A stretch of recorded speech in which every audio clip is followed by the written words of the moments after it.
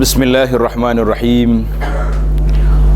Alhamdulillahi rabbil alamin, wassalatu wassalamu ala rasuli rabbil alamin, Nabiyyina Muhammad ibn Abdillah wa ala alihi wa sahbihi wa man walah, amma ba'd.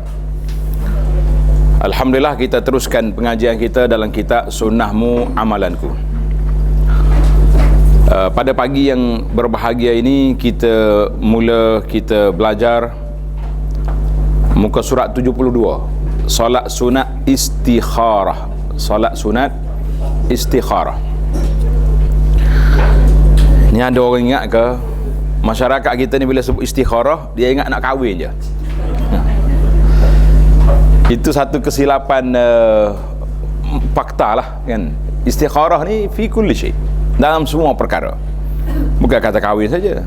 Kahwin itu salah satu daripadanya. Jadi bila kita mana istikharah, mana apa? Solat sunat minta petunjuk, itu makna istikharah. Mana kita minta petunjuk dengan Allah Azza wa Jalla, tunjuk yang terbaik. Istikharah, ambil yang terbaik daripada pekerjaan yang kita nak buat ni, insya-Allah. Dan insya-Allah dalam perbincangan yang kita akan bincang di sini ada beberapa perkara yang perlu kita belajar dalam sunnah ini. Para jemaah boleh tulis di antara sunnah yang tertinggal ataupun yang ditinggalkan oleh ramai di kalangan manusia.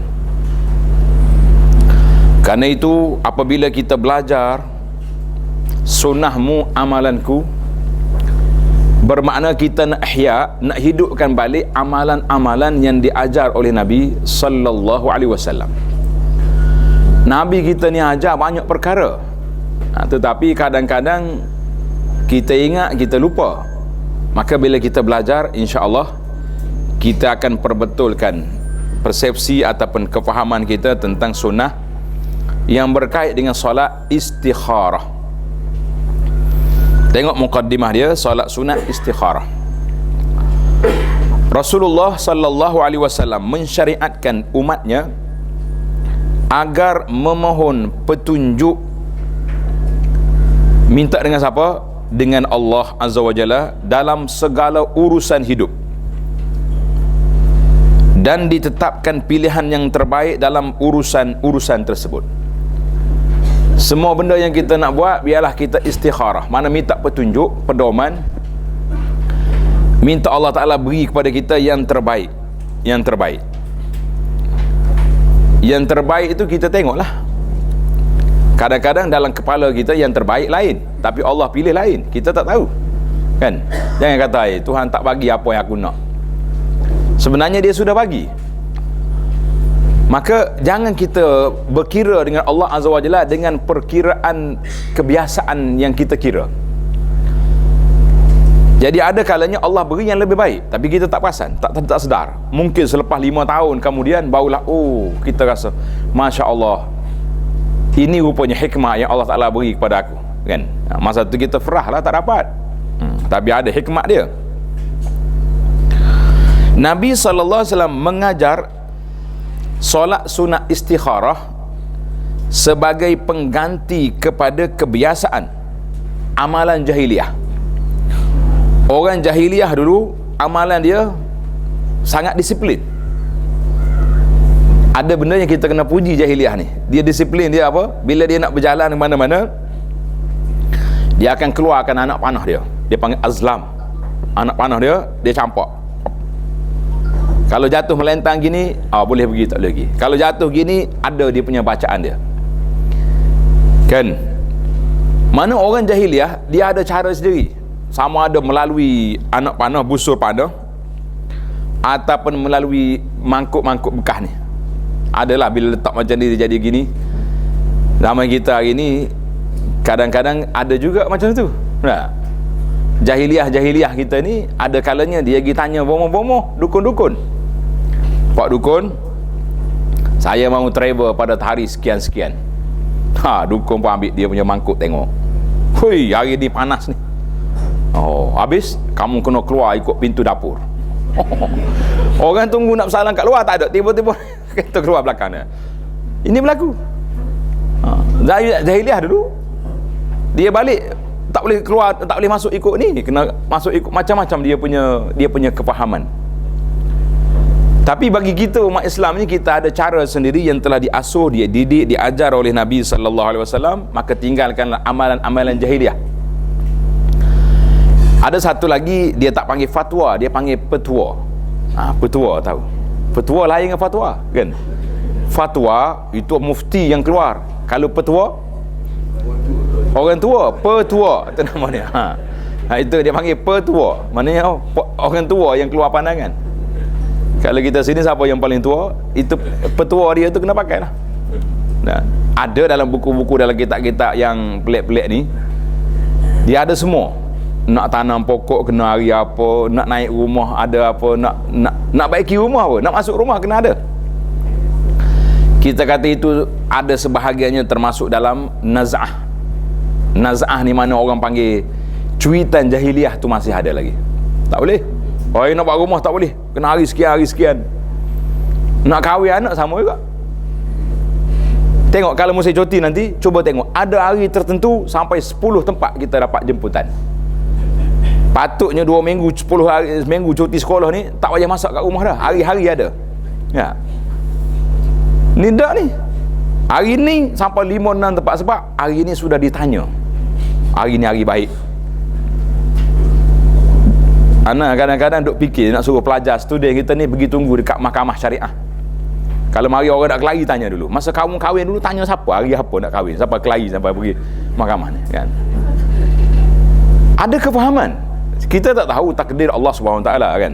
Ada orang baik, ada orang berterusan. Tetapi kalau buatkan kefahaman seperti ini, kita kata itu ada lagi naz'ah, ada kaitan dengan perkara-perkara jahiliah yang tak sepatutnya berlaku bagi umat Islam. Maka Nabi SAW ajar salat istikharah ini supaya nak hapuskan benda-benda yang tak baik itu, nak hapuskan. Ni ada orang tanya saya, dia kata, Ustaz saya nak pergi umrah ni, bila ke tarikh terbaik? Menarik juga soalan dia. Saya kata kalau visa buka baru baik. Sehari dua ni visa tutup, Allahul musta'an dah. Ramai orang nak pergi cuti sekolah ni jam habis. Dia kata apa? Adalah hikmah dia. Kita tak boleh marah ke Arab Saudi, kita tak boleh marah siapa-siapa, tak boleh marah ke virus corona, kita tak boleh marah ke siapa sebab virus lah jadi gini-gini. Kita kata adalah sebabnya tersendiri yang Allah SWT tahu apa yang dia buat. La yus'alu amma yaf'al wa hum yus'alun. Baik, tengok kitab kita ni. Itu mukaddimah kita tentang kepentingannya istikharah yang kita nak hidupkan ihya sunnah ini. Solat ini telah diajar oleh Nabi sallallahu alaihi wasallam melalui hadis yang sahih yang diriwayat oleh Jabir bin Abdullah radhiyallahu anhuma. Jabir ni sahabat, ayah dia juga Abdullah bin Haram juga sahabat, dua-dua sahabat orang Madinah. Rumah dia dekat mana? Rumah dia dekat dengan Masjid 7. Tuan-tuan yang pergi Madinah ni, pergi tak Masjid 7? Macam angguk macam tak angguk ya. Kat mana Masjid 7? Tak tahu Ustaz, atas bah ya. Duduk atas bah pusing, gaib kata itu Masjid 7. Habis kita. Selesai masalah kita. Jarang orang turun. Yang turun Masjid 7 ni bahasa puak-puak Syiah ni. Sebab ada situ Masjid Salman, ada Masjid Ali, ada Masjid Fatimah ada. Oh, dia orang ni sanggup tak pergi tempat lain. Situ je pergi. Kita pun pergi kalau ada masa, tapi oleh kerana kadang-kadang jam kat situ. Jadi rumah dia sebelah Masjid 7 tu, tempat gali parit tu rumah Jabir. Jabir kata apa? Beliau menceritakan bahawa Rasulullah sallallahu alaihi wasallam pernah mengajar istikharah kepada kami dalam segala urusan. Dia kata ni, yu'allimuna al-istikharah fil umuri. Sebagaimana Nabi kita sallallahu alaihi wasallam ajar kepada kita surah daripada Al-Quran. Maknanya penting sangat. Nabi ajar surah Quran macam ni, dia ajar istikharah juga macam tu. Sabda Nabi sallallahu alaihi wasallam, saya baca terjemahan lah, panjang ni. Iza hamma ahadukum bil amri falyarka' rak'ataini min ghairil faridah. ila akhiril hadis. Artinya, jika salah seorang dari kalangan kamu berkehendakkan sesuatu, mana kita nak buat satu perkara, hendaklah dia solat 2 rakaat solat sunat. Nama solat ni nama dia istikharah, bukan solat fardu. Maknanya ada satu solat khas, nama dia solat sunat istikharah. Kemudian dia bacalah doa ini, dia baca doa yang panjang ini. Doa panjang ni insya-Allah kita akan baca lagi doa ni di muka surat 76 nanti. Yang ni kita nak tahu dia punya hadis yang menunjukkan bahawa istikharah itu sudah diajar oleh Nabi sallallahu alaihi wasallam. Jadi hadis ini panjang. Hadis ini panjang. Bila kita baca doa istikharah ini, kita minta petunjuk dengan Allah Azza wa Jalla. Hadis ini dikeluar oleh Imam Bukhari rahimahullahu ta'ala dan lain-lain. Tengok dalam kitab kita ni kata semak pantas solat sunat istikharah. Nah, apa nak semak pantas ni? Maknanya kita nak semak apa dia yang kita nak belajar. Yang pertama, solat sunat istikharah ini merupakan solat masyru'iyah, solat yang sunnah, yang digalakkan untuk kita lakukannya. Solat digalakkan kita lakukannya. Setakat ni lah pengalaman hidup kita ni, dalam sepanjang kita hidup hari ni. Ada yang sudah 60, ada 70, ya 80 ada. Belum sampai lagi kan. Berapa kali dah istikharah?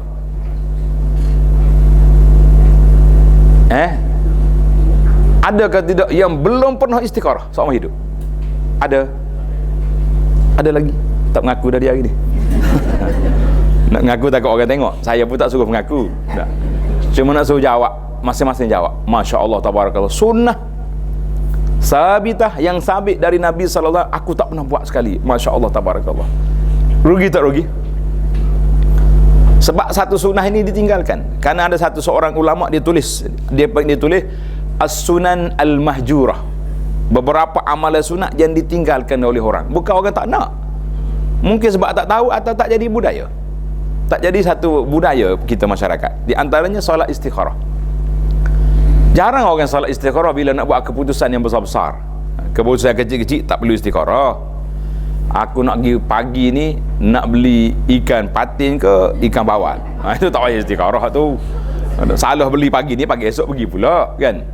Biasa istikharah ni satu keputusan yang kita nak buat. Keputusan tu lama, nak beli rumah contohnya, nak beli kereta, nak kahwin, nak pergi mana-mana. Jadi eloknya kita istikharah. Itu yang pertama. Ada orang istikharah, ada orang tak pernah istikharah, ada orang yang sekali-sekala beristikharah. Maksudnya kita ni termasuk di kalangan 3 kategori ni lah kan. Jadi tak elok. Jangan pula bagi tahu orang, oh saya sentiasa istikharah ustaz, saya hidupkan sunnah. Tak payah bagi tahulah. Kita dah belajarkan kaedah dalam bab ibadat ni, eloknya tidak dimaklumkan kan. Dan memang orang tak nak jawab pun dalam bab ibadat ni, tanya awak zikir hari ni, tak jawab dia. Sebab apa dia tak jawab? Ya, positif lah sikit. Takut riak. Saya bukan tak nak jawab ustaz, tapi takut riak. Orang lain dengar, oh awak zikir tak. Ya ustaz tu cakap orang tak jawab ni 2 sebab lah. Yang pertama takut riak, yang kedua bimbang. Bimbang apa? Memang tak ada. Yang tadi tu yang bimbang. Kalau takut riak jangan jawab, kalau tak ada pun jangan jawab jugalah. InsyaAllah kita cuba ihyakan, hidupkan amalan ini. Besar ni pahala. Yang kedua, disyariatkan agar dilakukan untuk segala urusan, segala perkara yang kita nak buat, isu-isu yang agak besar, keputusan itu istikharah lah. Istikharah sama ada besar maupun kecil, penting ataupun tidak. Kadang-kadang kita rasa kecil kan.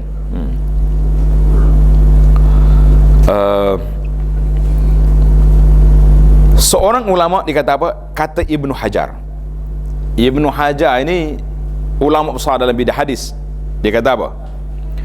Solat istikharah ini merangkumi sama ada urusan besar maupun kecil, kerana berapa banyak masalah kecil yang menjadi sebab kepada masalah besar. Masya Allah tabarak. Kita ingat simple ya ni, istikharah buat apa, tapi rupanya kesan dia besar.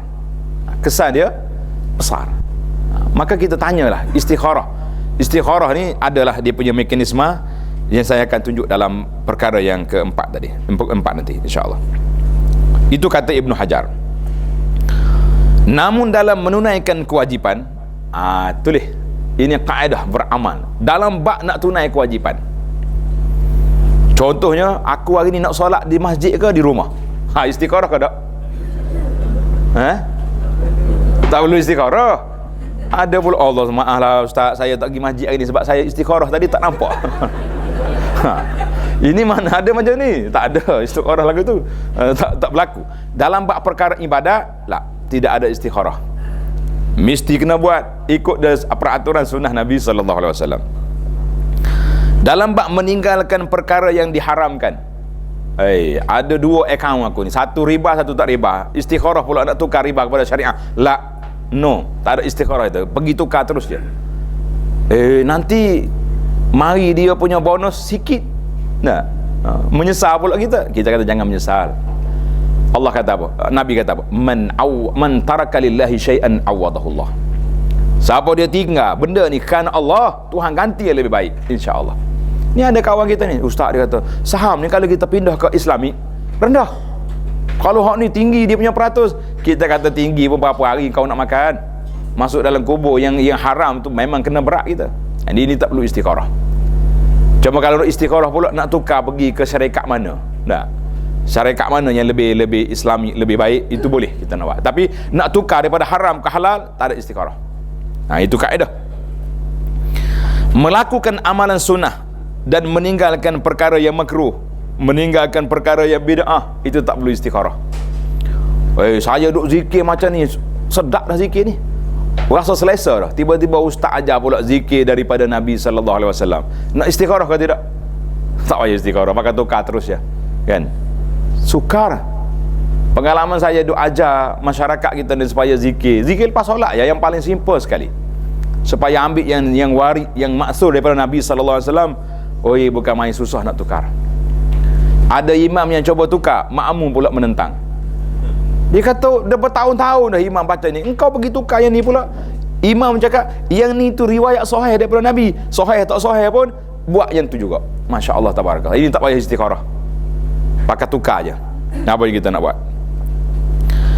Maka solat sunat istikharah tidak perlu dilakukan terlebih dahulu untuk menentukan hukumnya, tidak. Manakala kita tahu halal dengan haram, tinggalkan yang haram. Kalau kita tahu benda ni yang sunnah dengan yang bid'ah, tinggalkan yang bid'ah, kan? Dalam bab nak meninggalkan benda haram, tak payah istikharah, tinggal terus. Itu dia panggil kaedah, kan? Jangan pula kata saya ada istikharah dah, hati saya tenang duduk dengan bank riba juga. Tidak ada ketenangan di situ. Kalau tenang pun sehari dua ya, masuk dalam kubur hilang ketenangan.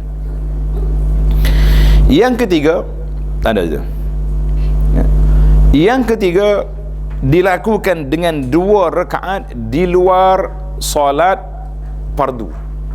Maknanya dia ni solat mustaqillah, solat yang tersendiri. Al-Imam An-Nawawi kata dalam kitab Al-Azkar, dia kata apa?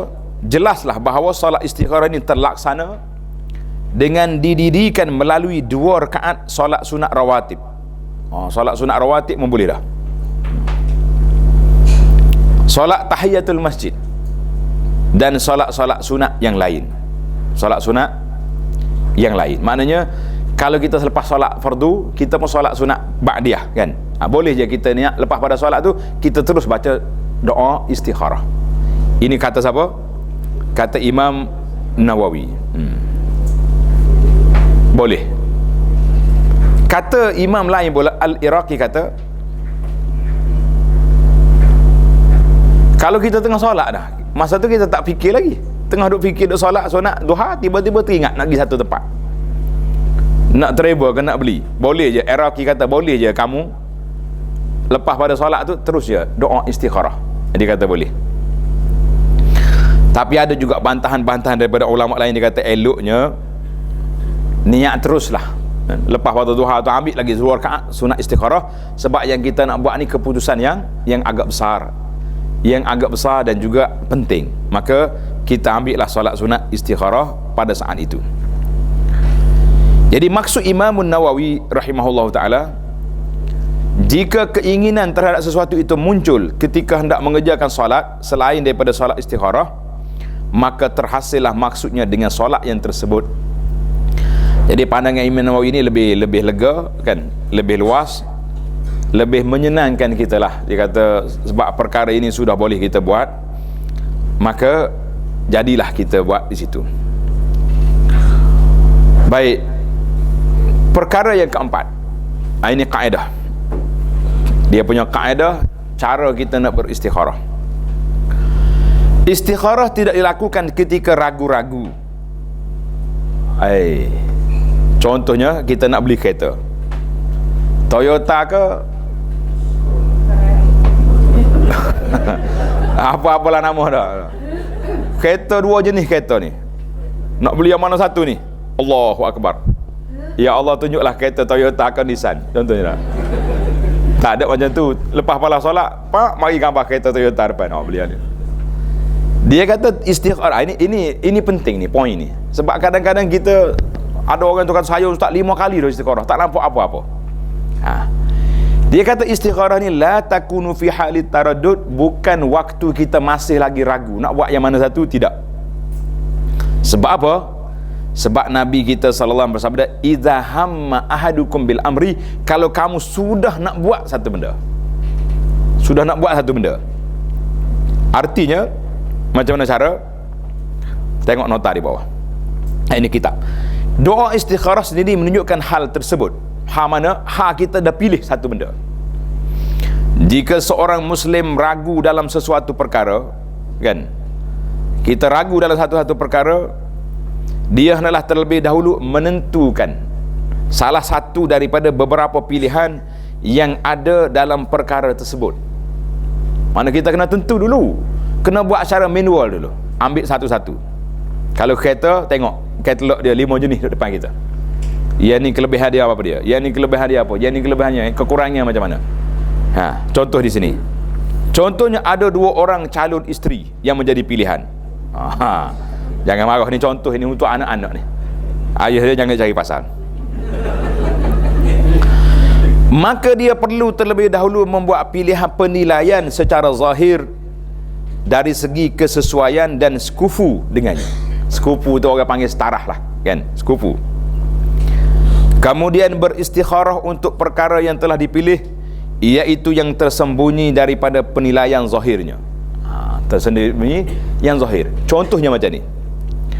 Kita kata anak kita ni nak kahwin. Kita ada 3 orang calon. Kan? Calon yang pertama ni hebat. Calon yang kedua, calon yang ketiga, semuanya hebat belaka. Tak kira lah laki-laki ke perempuan. Maka kita tengok seorang-seorang. Calon yang pertama ni kerja bagus, stabil lah kita kata dah. Kerja dia punya ekonomi bagus. Tengok-tengok, Masya Allah tabarakallah, tak solat. Masuk yang kedua pula, solatnya kuat, berebut dengan Pak Imam dalam masjid. Mana yang awal lah datang masjid, tapi orang kampung kata dia ni malah hangit ni, duduk tunggu makan hak masjid je. Ada masalah tidak? Masalah. Calon yang ketiga, Masya Allah tabarakallah, solatnya terjaga, ekonominya ada. Sekarang ni kita nak pilih yang mana? Yang ketiga, itu dia panggil pilihan secara manual. Kena ambil satu tengok. Bila kita dah pilih yang ni, walaupun agak sederhana, orangnya biasa-biasa je, kan? Tapi tentu di sana ada benda yang tersembunyi. Betul tak? Waktu nak jadi menantu ni berlakon tahu. Berebut dengan Bilal, dia pergi masjid nak azan. Lepas jadi menantu, gerak solat subuh, kena marah pula pertua dah. Apa orang tua kacau kita, nak kata apa dia. Tentulah di sana ada perkara yang tersembunyi, kita tak nampak semua benda, kan? Maka di situlah kita istikharah. Ni ke dalam doa istikharah ni, in kana khairan, ya Allah, kalau orang ni baik untuk saya, baik untuk nak jadikan isteri, jadi suami, jadi menantu, maka takdirkanlah dia kepada kita. Sebab kita tak tahu benda. Boleh jadi bila kita istikharah, Masya Allah, tabarakallah, mari orang laporan daripada orang kampung, berlakon je tu, sebenarnya dia penagih dadah. Ataupun kalau penagih berat sangat, tak kaya, pengedar dadah. Pengedar dadah ni kaya tu. Saya jumpa satu family pengedar dadah, tapi bukan kawasan kita lah, orang sepadan. Dia kata kaya berlakon buat dia. Masya Allah, tabarakallah, hebat. Mana di sana ada sesuatu yang tersembunyi. Sebab itulah kita tanya Allah Azza wa Jalla, ya Allah, dengan ilmumu, dengan pengetahuanmu ya Allah yang maha luas, sekiranya baik budak ni kepada saya, maka jadikanlah, permudahkanlah urusan. Kalau tak baik, jauhkan dia. Itu waktu istikharah. Apa-apa sajalah kita nak buat keputusan apa-apa benda, maka ini contohlah, contoh istikharah, cara kita nak buat istikharah yang betul, kan? Ni ada setengah orang dia pakai senara 5 depan mata dia. Ya Allah, ya Tuhanku, Mamak, Dolo, Yusuf minta saya, yang mana satu baik tunjukkan. Dia tak jadi lagu tu. Dia kena tanda satu-satu dulu, buat senarai dulu. Yang mana baik, itulah yang kita pilih. Pada perkiraan kita secara zahirnya selesai, barulah kita ambil, kita minta yang zahir, yang batinnya, yang tersembunyinya kita tanya Allah Azza wa Jalla. Jelas dah. Lepas ni pandai lah, InsyaAllah. Kalau yang ni tak payah banyak-banyak istikharah, 3 kali pun nampak dah, InsyaAllah. Sebab kita dah nampak dia punya. Tapi kalau 5 orang mari, 5 tempat kita nak pergi, asyik istikharah, tak nampak semua sekali. Itu sukar bagi kita nak buat keputusan. Ini kata tip sebagaimana disebut oleh para ulama. Setelah istikharah, hendaklah dia membiarkan semua berjalan dengan seadanya. Jika baik, mudah-mudahan Allah Ta'ala berikan kemudahan dan barakah. Barakah itu makna berkat. Ini ada saya tengok ada dalam kumpulan orang-orang ni, pencinta-pencinta ilmu ni, bila dia nak tulis berkat, dia tulis dengan Q. Semoga Allah Ta'ala beri barakah dengan Q, jadi qaf. Lain. Barkun mana apa? Lain. Ra'dun dalam Quran kita nak baca wa barkun, kan? Apa dia barkun? Kilat. Tu bahaya tu, jangan tulis macam tu, mati kawan tu. Barakah dengan K, dengan K, ya. Ingat baik. Adalah sekali-sekala kita tengok orang-orang dalam grup dia tulis, semoga Allah Ta'ala beri barakah ustaz. Mati ustaz. Kita kadang-kadang kita nak doa tapi jadi tak kena. Macam orang ni sakit, kita sepatut kita kata semoga Allah Ta'ala beri kepada awak kekuatan. Jadi dia pergi doa, semoga Allah Ta'ala kuatkan kelemahan engkau. Jadi kalau lemah jadi lagi kuat, mati tak mati kawan tu? Itu bahasa Allah, yuqawwi dha'faka. Allah Ta'ala beri lagi kuat yang kamu dhaif, yang kamu lemah sekali lagi kuat, matilah kawan tu. Jadi kita kena, ayat-ayat bahasa ni kadang-kadang tergantung bila kita sebut. Jangan kata barakah. Tengok dia kata ini barakah. Barakah mana keberkatan kepadanya dalam hal tersebut. Jika tidak, kalau kita tak dapat yang tu, apa kita nak buat? Jika tidak, mudah-mudahan Allah malingkan darinya daripada hal tersebut serta memudahkannya kepada perkara yang lebih baik. Tengok ni dalam ayat ni kata apa? Ada kalanya kita minta yang ni, kan? Kita istikharah yang ni, tapi dia tak sesuai, tak cantik, tidak baik untuk kita, maka Allah Ta'ala takdirkan yang lain. Jangan kata, ya aku minta yang lain, istikharah lain, mari yang lain, apa pula? Kita tidak tahu apa yang ditetapkan oleh Allah Azza wa Jalla. Maka bagi orang mukmin sentiasa duduk di bawah kategori sebagaimana kata Nabi sallallahu alaihi wasallam, ajaban li amril mukmin. Orang mukmin ni semuanya pelik. Kalau dia dapat yang baik, dia syukur. Kalau dapat yang musibah, dia sabar. Walaysa zalik, tidak ada sifat ini kecuali bagi orang yang betul-betul beriman kepada Allah Azza wa Jalla. Jadi jelaslah kita sini, kan? Isu yang keempat ni jelas ke tak jelas? Bila kita nak istikharah, ya, apabila kita sudah buat keputusan baru kita istikharah.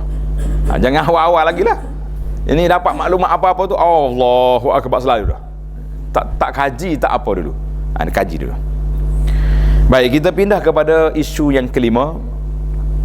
Tidak ada surah atau ayat-ayat tertentu yang mesti dibaca pada kedua-dua rakaat selepas daripada bacaan Al-Fatihah. Jadi tidak ada riwayat yang menyebutkan kita baca surah sekian-sekian, kan, menurut riwayat hadis. Namun ulama mengatakan bacaan yang sesuai ialah surah Al-Kafirun pada rakaat yang pertama dan surah Al-Ikhlas pada rakaat yang kedua. Itu biasanya kalau solat-solat sunat ini, dua surah itulah yang dibaca, kan. Maka kita pun walaupun dalam solat istikharah Nabi sallallahu alaihi wasallam tak sebut baca surah mana, jadi para ulama kata kita ambil daripada surah-surah lain yang sedia ada. Dalam solat-solat yang lain ada Nabi baca dua surah ini, maka kita kekalkan yang tu. Ni ada orang tanya ni, ustaz, ada kaifiat solat hajat tolak virus. Kita kena baca ayat kursi berapa kali tahu rakaat yang pertama, kemudian baca ayat yang kedua. Saya kata itu petua, bukan fatwa. Maknanya tidak waris daripada sunnah Nabi sallallahu alaihi wasallam. Yang adanya ni, salat sunat ni biasanya sama ada qul ya ayyuhal kafirun dan qul huwallahu ahad pada rakaat yang kedua. Yang kaifiat berapa puluh kali, 41 kali apa semua sekali itu dia panggil susunan yang dia buat oleh ada sebahagian daripada tuan guru ataupun orang-orang tua kita. Jadi kita tak payah terikat lah. Sebab kita terikat dalam bab ibadat ni dengan sunnah Nabi sallallahu alaihi wasallam. Ada juga yang kata lepas solat baru sujud balik. Lepas bagi salam kena sujud balik, doa dalam sujud. Memanglah Nabi sebut dalam hadis yang sahih, Nabi kata aqrabu ma yakunul abdu min rabbih wa huwa sajidun. Ingat kan? Tempat yang paling hampir hamba dengan Allah di mana? Dalam sujud. Tapi dalam solat, bukan luar solat. Cuma kadang-kadang kita boleh terima juga pandangan orang masyarakat awam kita ni. Dia kata sebenarnya ustaz, saya nak sujud, nak doa dalam solat, tapi saya tak pandai bahasa Arab, takut batal solat. Habis pergi sujud semula lepas pada sujud. Kita kata tak payah sujud lah, doa biasa sudahlah. Sebab sujud ni tidak ada sujud khas semata-mata, kecuali ada beberapa sebab. Sujud dalam solat, sujud syukur kalau kita dapat nikmat, kan. Sujud apa je? Sujud sahwi. Sujud apa lagi? Sujud tilawah. Sujud nak berdoa, tidak ada riwayat seperti itu. Nak doa mesti sujud.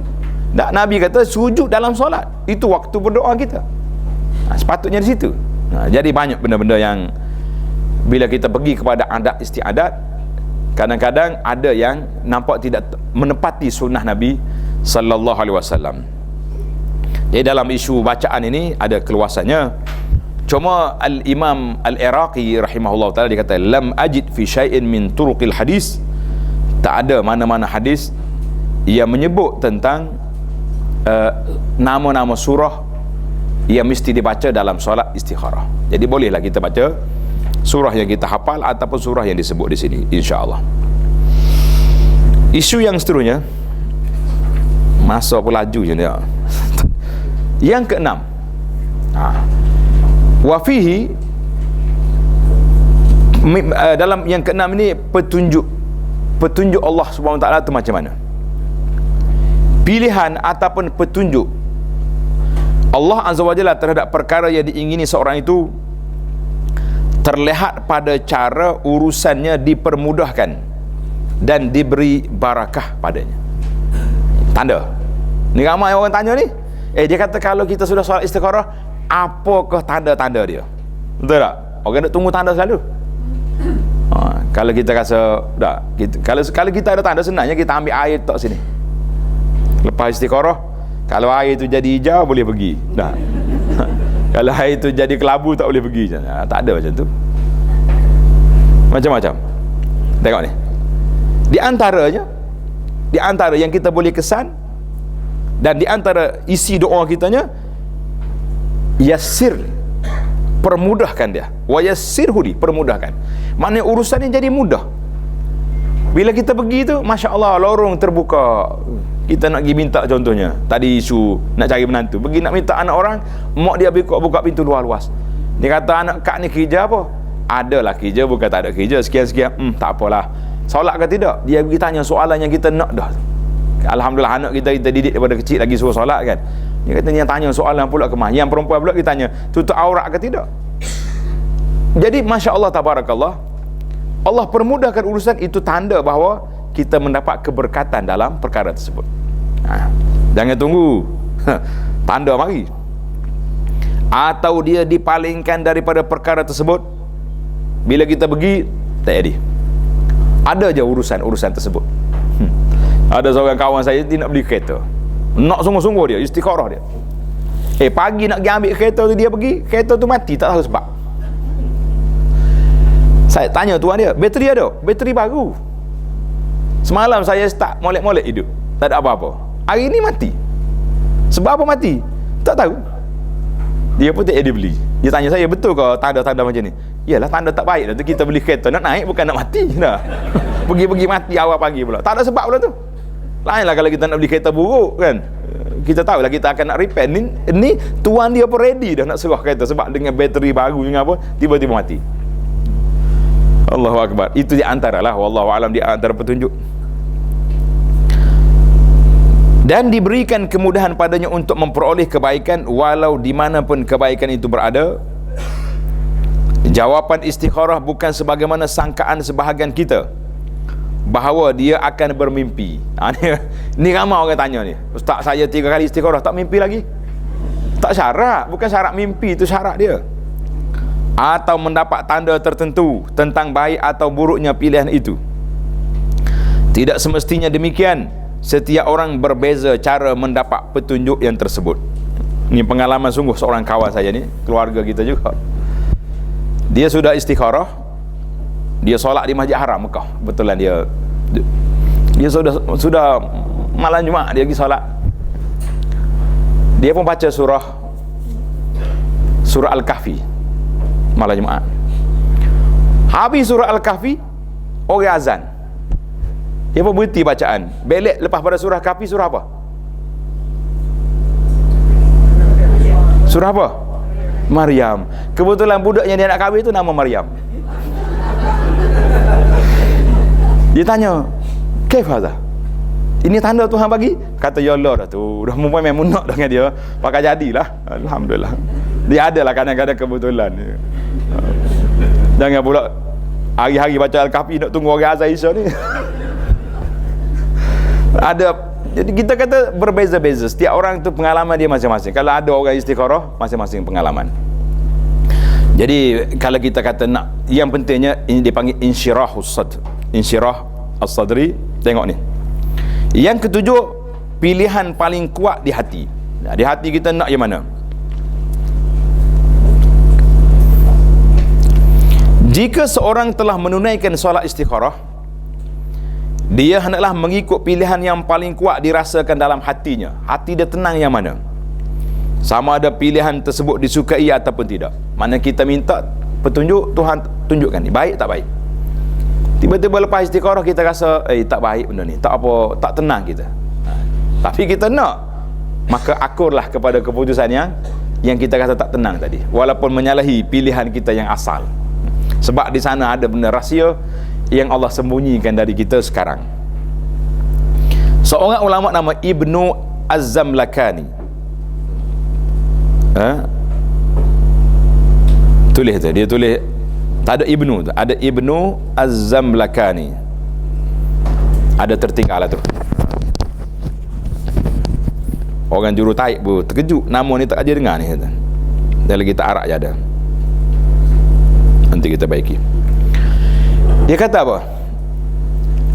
Jika seorang mengerjakan solat istikharah 2 rakaat untuk suatu hal, hendaklah setelah itu dia melakukan apa yang nampak dirasakan kuat olehnya, sama ada hatinya merasa tenang atau tidak, kerana kebaikan itu berada padanya sekalipun jiwanya tidak menyukainya. Jadi ada kalanya hak kita tenang itu bukan hak kita pilih yang pertama, dan ataupun sebaliknya, maka kita ambil yang tu. Lebih lanjutnya beliau berkata, dalam hadis tersebut tidak ada syarat adanya kelapangan hati suka untuk melakukannya. Namun bagi Imam Nawawi rahimahullahu taala, Imam Nawawi kata apa? Hendaklah seorang itu meneruskan perkara tersebut apabila hatinya telah berasa tenang. Ya, kalau kita rasa tenang, buatlah, tak usah duduk kira banyak masalah lain. Jadi ini di antara perbincangan para ulama. Dia orang pun suka juga nak kata, sebab berbeza-beza pengalaman kita dalam bab solat istikharah. Yang penting bagi anaknya, para jemaah sekalian, adalah kita lakukan solat istikharah ini. Biarlah kalau tak dapat kesan pun, mudah-mudahan kita beramal dengan sunnah Nabi sallallahu alaihi wasallam. Mengikut kaedah yang telah kita buat, ingat tak? Beramal dengan sunnah, apa kita dapat? Tak kuat dia punya. Beramal dengan sunnah, hati tenang, pahala confirm. Tak ingat dah. Kena ingat, beramal dengan sunnah, kata, hatinya tenang, pahalanya confirm. Maknanya kita tahu kita buat ni apa? Hak Nabi suruh. Bila kita buat yang ajaran yang diajar oleh Nabi SAW, hati kita tenang sebab alhamdulillah aku dah beramal dengan sunnah. Yang pertama. Yang keduanya, pahala confirm. Tidak, bila kita ikut Nabi tentu dapat pahala. Masya Allah, tabarakallah. Itu kaedah yang kita buat. Baiklah, perbahasan kita yang terakhir dalam bab kita ini, doa istikharah. Baru sampai ke doa. Doa istikharah dibaca selepas salam. Dibaca bila? Yakunu ba'da salam, selepas salam, iaitulah setelah selesai solat 2 rakaat, kita pun baca doa ni. Ni, cuba ikut sekali. Allahumma inni astakhiruka bi'ilmika wa astaqdiruka biqudratika wa as'aluka min fadlikal azim fa innaka taqdiru wa la aqdir wa ta'lamu wa la a'lam wa anta 'allamul ghuyub. Allahumma in kunta ta'lamu anna hadzal amra, letak tanda situ. Anna hadzal amra tu kita boleh sebutlah di sini apa benda yang kita nak. Hadzal amra, sampai situ kita berberhenti, kita sebut nak buat tu, nak buat ni, nak pergi sana, nak pergi sini, nak pilih itu, nak pilih ni, kita boleh buat.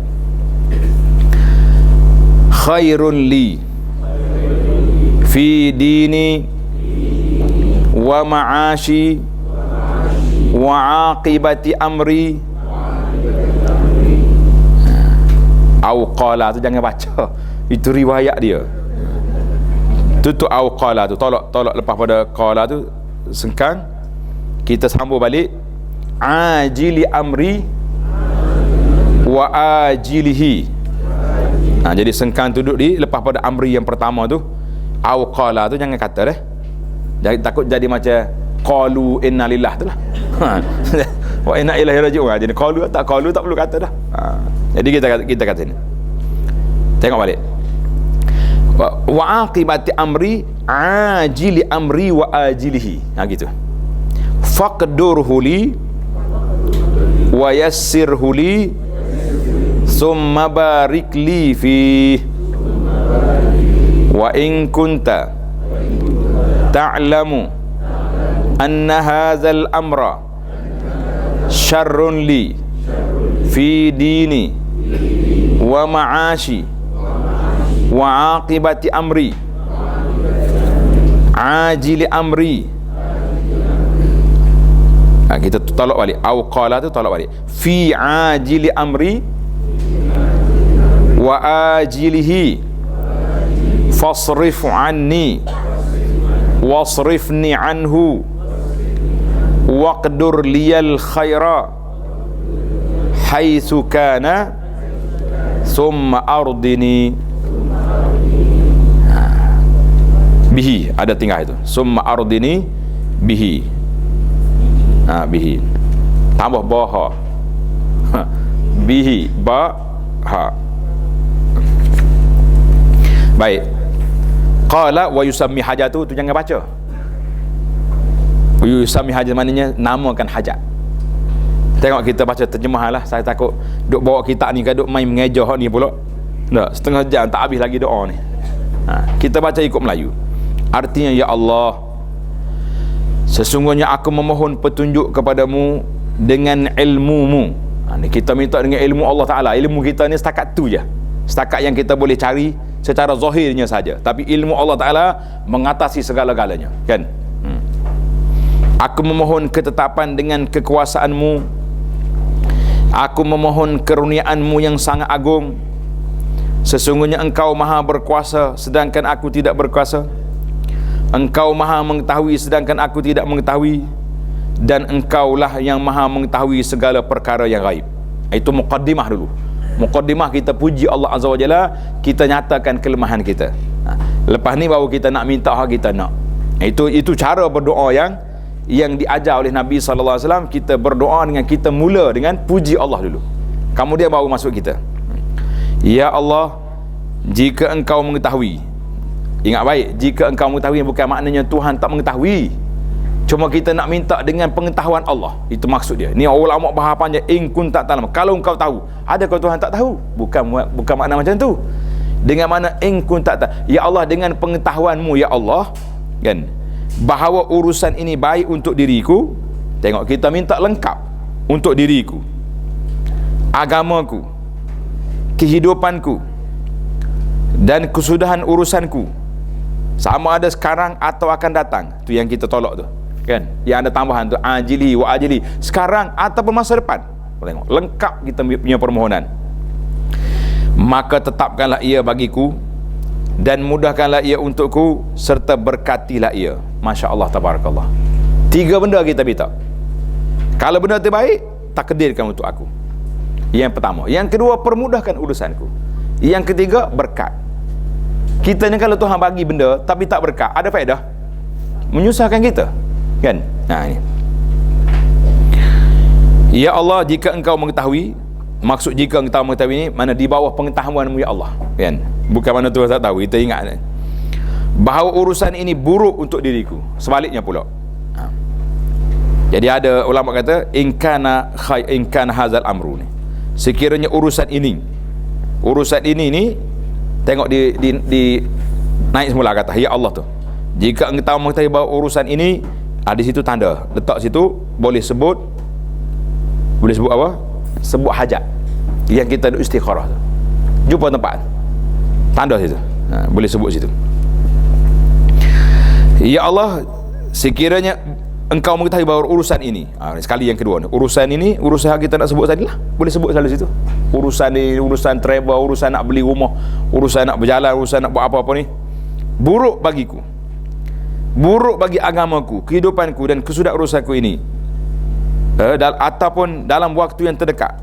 Atau baginda mengucapkan tu, jangan baca, letak dalam kurungan semula. Itu terjemahan dia. Patut kita sambung terus. Dan kesudahan urusan ini dalam waktu terdekat ataupun akan datang, maka jauhkanlah urusan ini daripadaku, dan jauhkanlah aku daripadanya, serta tetapkanlah kebaikan untukku dalam sebarang keadaan sekalipun, kemudian jadikanlah aku meredai ketetapan yang tersebut. Maknanya bila apa-apa yang dipilih oleh Allah SWT kepada kita, kita minta Allah Ta'ala letakkan dalam hati kita reda dengan keputusan Allah SWT. Kadang-kadang kita ni tak apa nak reda mana dah, Tuhan dah pilih, tapi kita rasa macam tak puas hati dengan Tuhan lah. Jadi dalam hadis Nabi kata wa yusammi hajatahu, adalah dia menyebutkan keinginannya. Jadi 2 cara lah. Sama ada kita sebut di awal tadi, kalau engkau tahu benda ni baik, sebut benda ini, sebutlah di situ. Baik, benda ini sebut, tak baik. Ataupun boleh juga kita lewatkan di akhir. Selepas pada ni barulah kita sebut hajat akunya gini. Jadi ada 2 cara lah, 2 kaedah yang kita nak. Jadi kalau kita rasa nak sebut di tengah-tengah tu, saya rasa itu pun selesa, sebab waktu tu waktu kita nak tanya, kan? Waktu tu waktu mana? Waktu kita nak tanya Allah Azza wa Jalla tentang apa yang patut kita buat, apa yang patut kita buat ni, insya-Allah taala. Jadi dengan itu tamatlah kita punya istikharah. Tinggal lagi bila nak buat, itu terpulanglah kepada kita masing-masing, insya-Allah taala. Sekarang ni kita beri peluang, ada lagi beberapa minit untuk soal-soal dan jawapannya.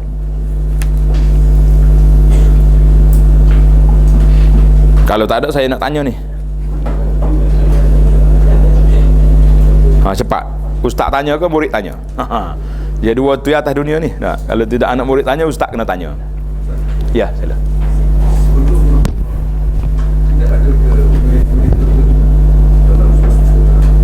Dalam surat istiqamah tak ada wirid lain.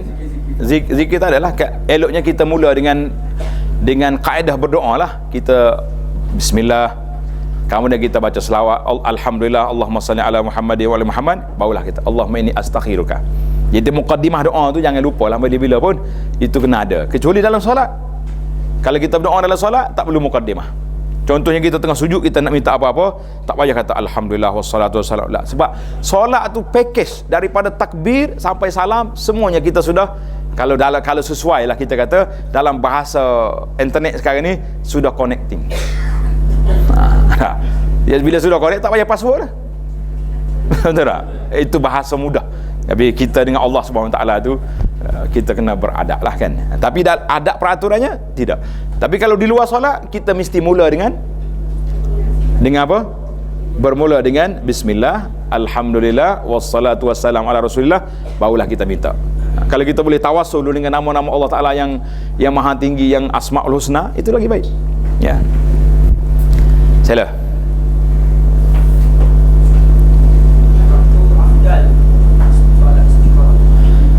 Dia tak ada waktu yang tertentu.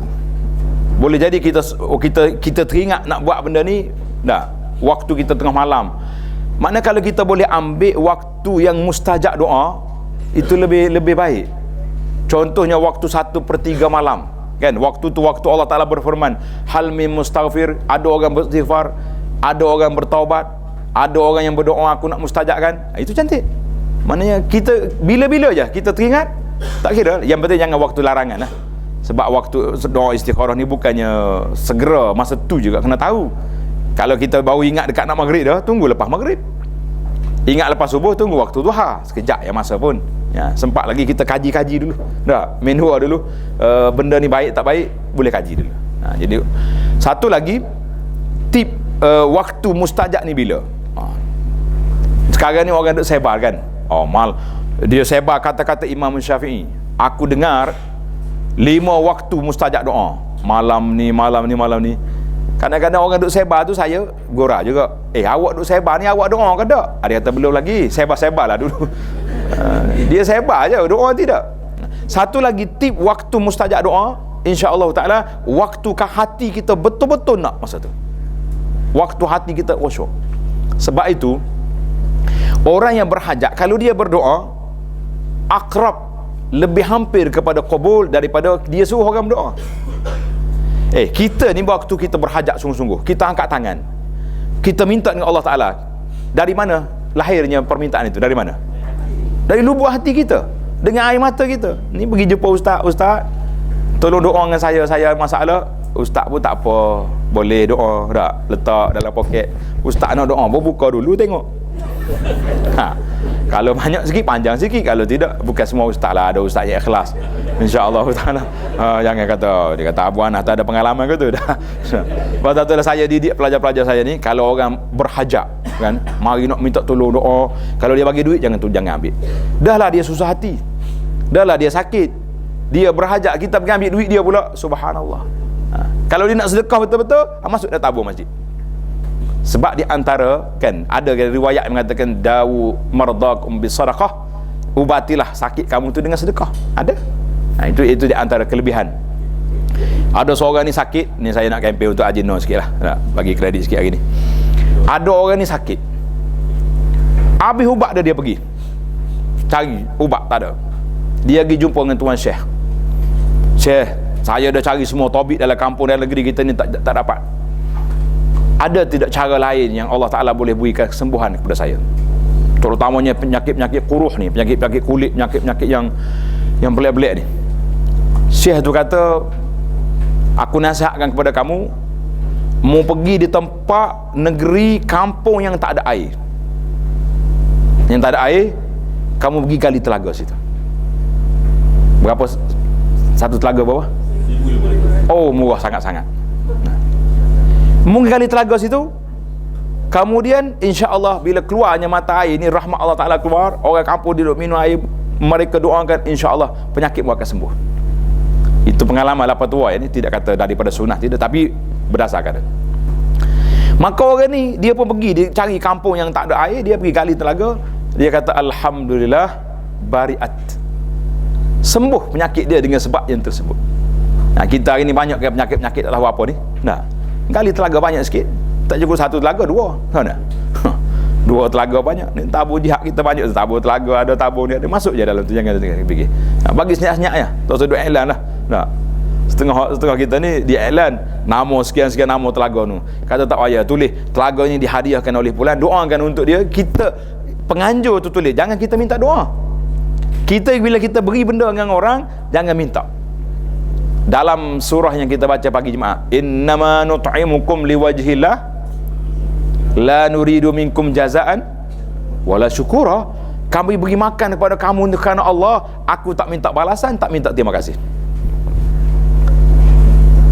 Sebab kata ulama tafsir ni, dalam tafsir ayat ni, dia kata kalau kita beri makan kepada orang, kita pun minta, lepas makan ni doakan saya, itu pun sudah minta bayaran. Oh, dia kata payah lah tak, orang zaman lu ni tak erti. Kalau tak minta pakai senyap gitu. Dia nak balik pun TQ ya tulis. Tahu TQ? Mana ada balasan. Tengok dalam risalah yang saya keluar ni, risalah syukur ni, kan kita ajar apa kat sini? Bila kita nak syukur orang, kita kata jazakallahu khairah. Kalau kita orang perempuan buat baik, kita kata jazakillahu khairah. Bukan orang perempuan tu kata laki jazakillah, jangan. Ada orang bertukar dia kata. Dia tahu ustaz, saya perempuan, saya kata ustaz jazakillah lah. Kata budak ni. Alah. Dia panggil kaf tu khitab. Kepada siapa kita tuju? Kalau orang laki-laki kita kata jazakallahu khairah. Kalau orang perempuan jazakillahu khairah. Itu dia panggil. Maknanya kita jangan suruh orang doa. Kalau kita suruh, berpada kita sudah minta bayaran. Itu tahap tinggi lah. Tapi kalau kita ini tak suruh, tak jadi pula, dia tak buat. Alhamdulillah, tamatlah perbincangan kita. InsyaAllah kita ada lagi satu masa untuk sebelum Ramadan ni. Ada satu lagi, kecuti dah. Ada lagi dia. Nak pergi mana-mana pun tak boleh dah. Mangin corona ni habis dah dia punya jadual. Saya jangka nak terbang ke Mekah hari Khamis ni. Balik nak pergi ke Jepun semua sekali itu, Allah Ta'ala dah takdirkan yang terbaik itu untuk kita insyaAllah. Subhanakallahumma wa bihamdika asyhadu an la ilaha illa anta astaghfiruka wa atubu ilaih. Wa sallallahu ala nabiyyina Muhammad wa ala alihi wa sahbihi ajma'in walhamdulillahi rabbil alamin.